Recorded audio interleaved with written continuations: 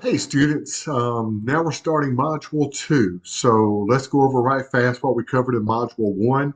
That was the Spanish colonization of the New World when Christopher Columbus and the conquistadors came over. We also talked about the Native American Indians that were here. And so I always learn from something from the discussion board, usually a new tribe that I had not heard of before, and especially to be able to look at things in a new way. Um, for example, this last week I learned what was the difference between a nativist and then somebody who's been here for a long time. And so that was kind of unique from my perspective to learn something new like that. So that was good. I hope you learned something new as well. Now let's move on to Module 2. The Spanish had the lead in colonization in, excuse me, in the Americas. But then a small country that didn't have a lot of resources, excuse me, England, they began to move in. And you had Spanish down in the south, you had the French in the north in the Canadian area.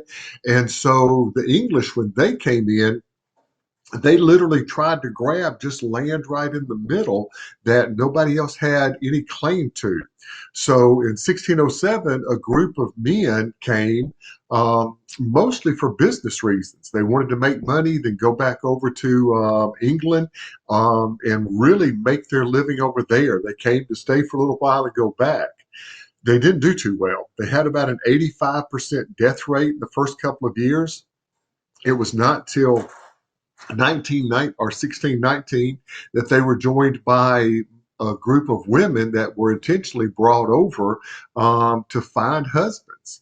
And then also that year they had slaves in 1619 that were sold by a Portuguese ship to Point Comfort, just a little ways south of Jamestown.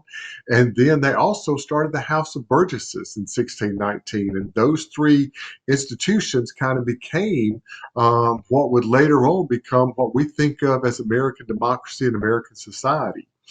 And so in 1619, also you had a group of people establish their colony north of Jamestown. They're supposed to come to Jamestown, but they got blown off course and they came to Massachusetts, or what we later would call Massachusetts, the Rhode Island area. And those were called Puritans or Pilgrims. Pilgrims were a little socioeconomically um, lower than the Puritans. So they came over first. You had about 100 mixed with men, women, and children. When they came over, they wanted to come not for business reasons to make money and go back to England. They could care less about going back to England. What they wanted to do was come over here to America and literally to make a whole new country, a whole new way of living, mostly because of their religious beliefs and their religious values. So they came over here to get away from England and to literally start a new colony over here, which that was what they did. Okay. And they had the largest migration of any people up to that time. Okay. So that's what we're going to be looking at this week. Now, the discussion board. Oh, discussion board is going to be interesting this time because you need to work with primary sources. Okay. A primary source is a source not that you're primarily using. That's not it. A primary source is a source that was written at the time of the event. It is usually a journal, a letter, a newspaper article, something that goes back and was created at that time. It is not a book or an article written during our period of time that talks about that. That's a secondary source. A primary source is written at the time of the event. That's also a good place, or we'll talk about primary sources that you have to use in Module 8. The way that you have these primary sources is there's a link to the Avalon Project. And what it has in there are charters to all the colonies. You're to choose two different colonies. Look at the Avalon Project, find their charter, and then read their charter.